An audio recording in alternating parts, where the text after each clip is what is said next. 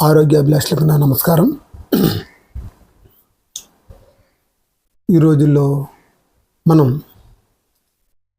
ఆహార విషయంలో రాజీ పడటం లేదు. తరచూ 3 పూటలు 4 పూటలు 5 పూటలు కూడా మనం తినటం జరుగుతుంది. పని విషయానికి వస్తే వారం పొడుగుతా ఉద్యోగ వ్యాపారాలకు పనిపాట్లకు వెళ్ళి చేసుకుంటాం జరుగుతుంది. వారానికి ఒక్కరోజు శరీరానికి పూర్తి సెలవు.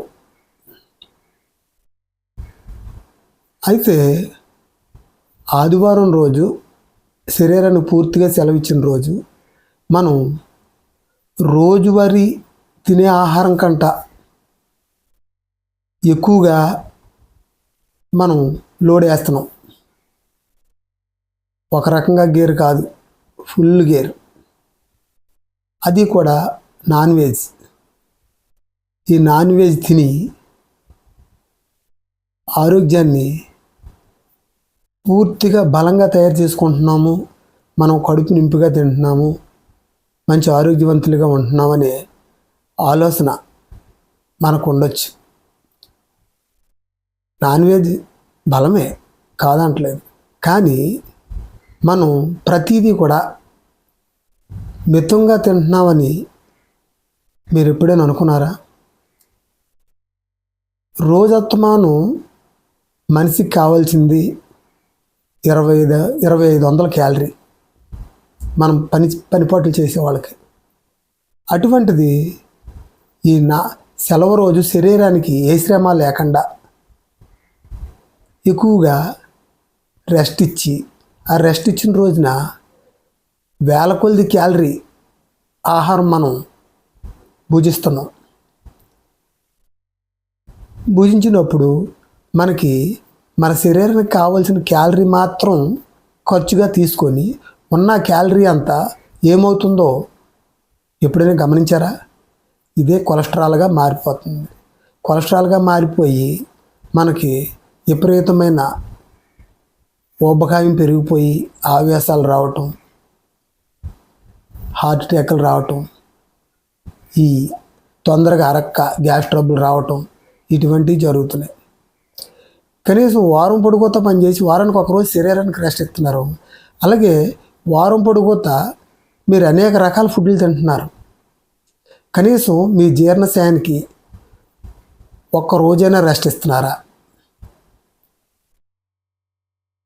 వారానికి ఒక్కరోజు లేక 2 రోజులు మీరు శుభ్రంగా ఇల్లు శుభ్రంగా కడుక్కుంటున్నారు, దులుపుకుంటున్నారు.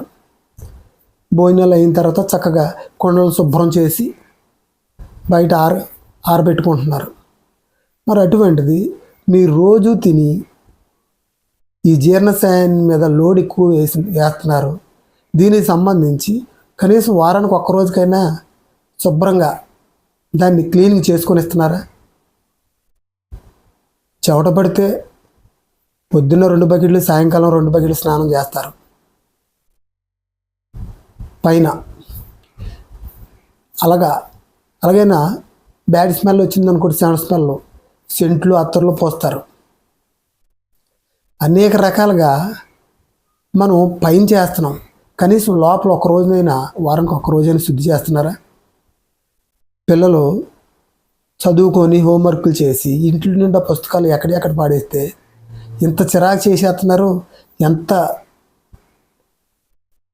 అని వాళ్ళని తిట్టి ఈ పుస్తకాలన్నీ తీసి ఇల్లు శుభ్రం చేసుకుంటారు.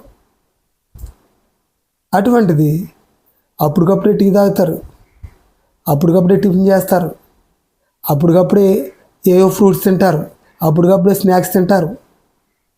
ఈ పొట్టకి అసలు గ్యాప్ ఇచ్చే అవకాశం ఉందా?